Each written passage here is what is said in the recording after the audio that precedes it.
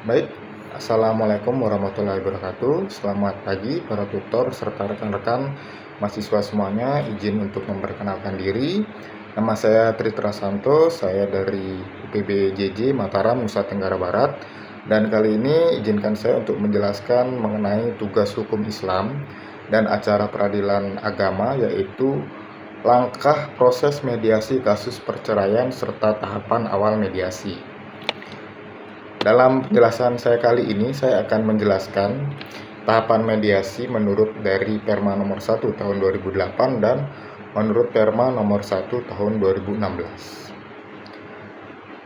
Di dalam Perma nomor 1 tahun 2008, tahapan mediasi di pengadilan agama terdiri dari tahap pramediasi, tahap proses mediasi, mediasi mencapai kesepakatan, dan apabila mediasi tidak mencapai kesepakatan. Untuk yang pertama yaitu di tahap pramediasi, yaitu pada hari sidang pertama yang dihadiri kedua belah pihak, hakim mewajibkan para pihak untuk menempuh mediasi. Hakim menunda proses persidangan perkara untuk memberikan kesepakatan proses mediasi paling lama 40 hari kerja. Hakim menjelaskan prosedur mediasi kepada para pihak yang bersengketa. Para pihak memilih mediator dari daftar nama yang telah tersedia pada hari sidang pertama atau paling lama 2 hari kerja berikutnya. Apabila dalam jangka waktu tersebut, dalam poin 4, para pihak tidak dapat bersepakat memilih mediator yang dikehendaki, Ketua Majelis Hakim segera menunjuk hakim bukan pemeriksa pokok perkara untuk menjalankan fungsi sebagai mediator. Dan di tahap berikutnya yaitu tahap proses mediasi. Dalam waktu paling lama 5 hari kerja setelah para pihak menunjukkan mediator yang disepakati atau setelah ditunjuk oleh Ketua Majelis Hakim, masing-masing pihak dapat menyerahkan resum perkara kepada hakim mediator yang ditunjuk. Proses mediasi berlangsung selama paling lama 40 hari kerja sejak mediator dipilih oleh para pihak atau ditunjuk oleh Majelis Hakim. Mediator wajib mempersiapkan jadwal pertemuan mediasi kepada para pihak untuk disepakati. Apabila dianggap perlu, mediator dapat melakukan klaukus. Mediator mewajibkan mediasi berkewajiban menyatakan mediasi telah gagal jika salah satu pihak atau para pihak atau kuasa hukumnya telah 2 kali berturut-turut tidak menghadiri pertemuan mediasi sesuai jadwal yang telah disepakati tanpa alasan setelah dipanggil secara patut. Dan apabila mediasi mencapai kesepakatan, jika mediasi menghasilkan kesepakatan perdamaian, maka wajib dirumuskan secara tertulis dan ditandatangani oleh para pihak dan mediator. Jika mediasi diwakili oleh kuasa hukum, para pihak wajib menyatakan secara tertulis persetujuan atau kesepakatan yang dicapai.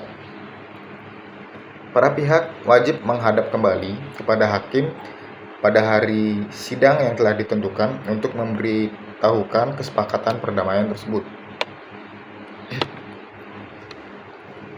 Para pihak dapat mengajukan kesepakatan perdamaian kepada hakim untuk dibuatkan dalam bentuk akta perdamaian.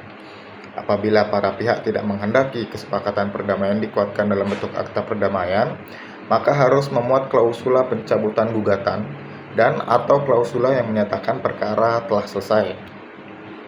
Dan apabila mediasi tidak mencapai kesepakatan, jika mediasi tidak menghasilkan kesepakatan, mediator wajib menyatakan secara tertulis bahwa proses mediasi telah gagal dan memberitahukan kegagalan tersebut kepada hakim. Pada tiap tahapan pemeriksaan perkara, hakim pemeriksa perkara tetap berwenang untuk mengusahakan perdamaian hingga sebelum pengucapan putusan.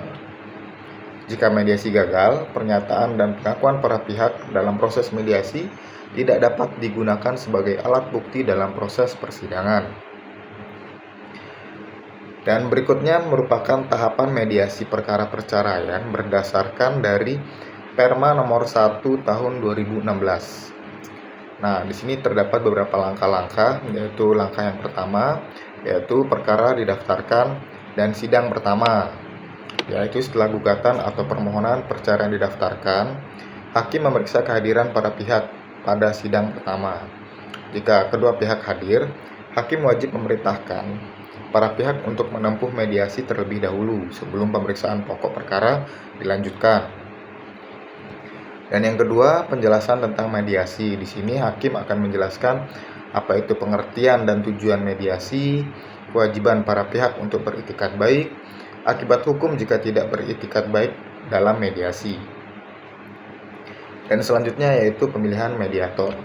Di sini para pihak dapat memilih hakim mediator yang tersedia di pengadilan atau mediator non-hakim yang bersertifikat. Jika para pihak tidak memilih, ketua majelis atau hakim akan menunjuk mediator. Dan langkah yang keempat yaitu penyerahan resum perkara. Masing-masing pihak dapat menyerahkan ringkasan masalah, tuntutan, dan usulan penyelesaian kepada mediator.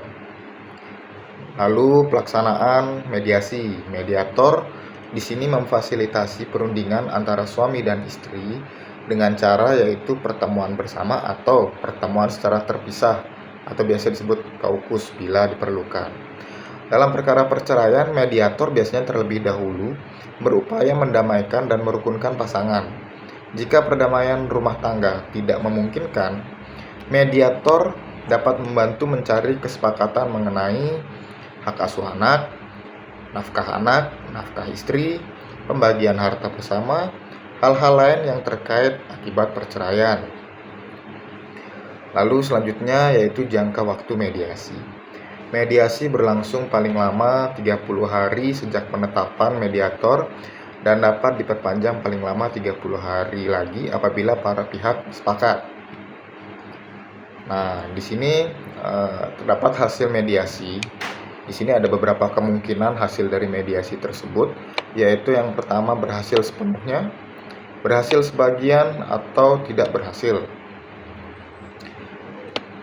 Jika berhasil sepenuhnya, jika suami dan istri sepakat berdamai dan mempertahankan perkawinan, maka akan dibuatkan kesepakatan perdamaian dan juga gugatan dapat dicabut atau diselesaikan sesuai kesepakatan. Lalu apabila berhasil sebagian, misalnya para pihak tetap ingin bercerai tetapi sepakat mengenai hak asuh anak, nafkah, harta bersama. Kesepakatan tersebut dicatat dan menjadi bahan pertimbangan bagi hakim. Dan hasil yang terakhir yaitu tidak berhasil. Jika tidak mencapai kesepakatan, maka mediator akan membuatkan laporan mediasi tidak berhasil dan perkara dilanjutkan ke tahap pemeriksaan persidangan. Lalu di dalam pemeriksaan pokok perkara, majelis hakim kemudian akan memeriksa gugatan, jawaban, pembuktian, kesimpulan, serta keputusan perceraian tersebut. Baik, mungkin itu saja langkah-langkah serta tahapan mediasi yang saya jelaskan, baik menurut dari Perma nomor 1 tahun 2008 atau Perma nomor 1 tahun 2016. Sekian dari saya, kurang lebih terima kasih, mohon dukungan dan masukannya. Terima kasih.